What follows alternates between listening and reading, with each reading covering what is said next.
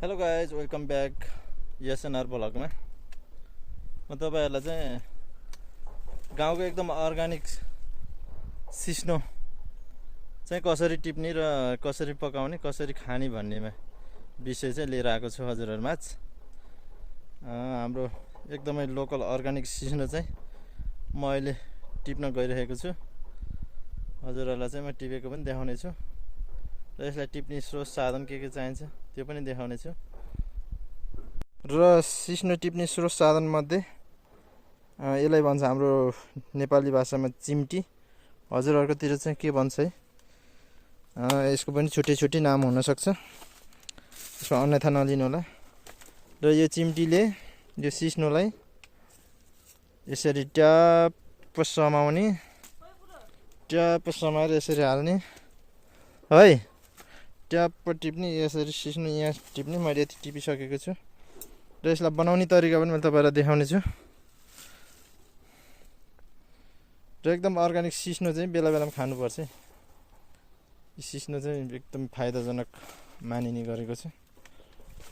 र मेरो YouTube channel like, subscribe, comment and share गर्न नबिर्सिनु होला। सबैले माया गरिदिनु होला। र हजुरहरुलाई मैले सिस्नो टिपेर पनि देखाउँदैछु। सिस्नो, यो सिस्नो भन्छन् हैन, तपाईहरुकोतिर के भन्छन्? यसलाई घाँस चाहिँ नभन्दिनु होला है फेरि।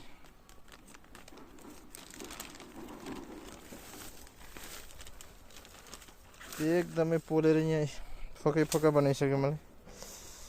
विशेष गरी यो अदुवा चाहिँ छुटाउनै नहुने कुरा हो। यो सिस्नोमा चाहिँ अदुवा हाल्नै पर्ने हुन्छ।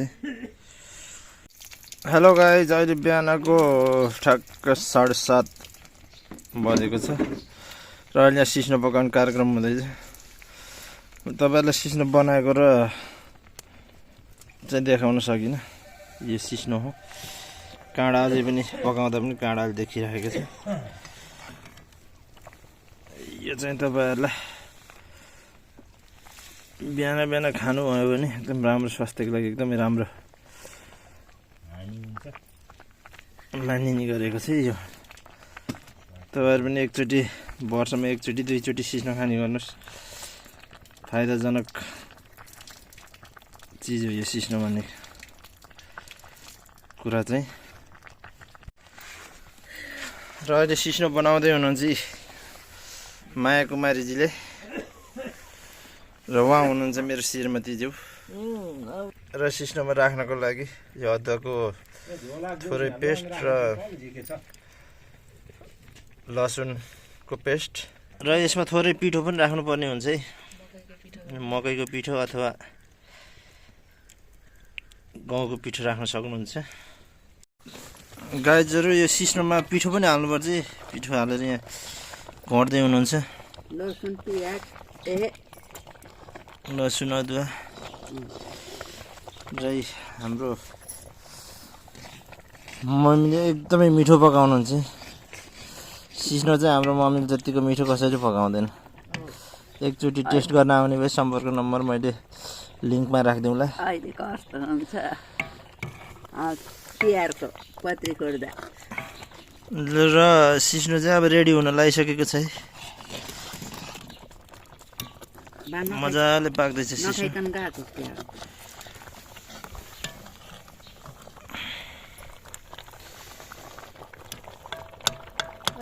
किटको कराईमा, कालो कराईमा मजाले पकाउनु पर्छ, अझै टेस्ट आउँछ यो।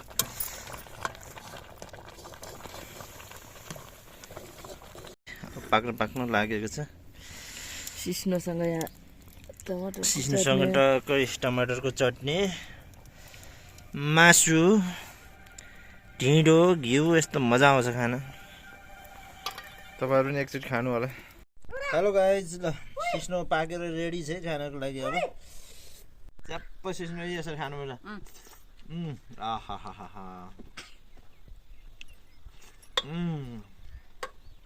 सिस्नो खोर्सानी चराप्प पारेर भयो।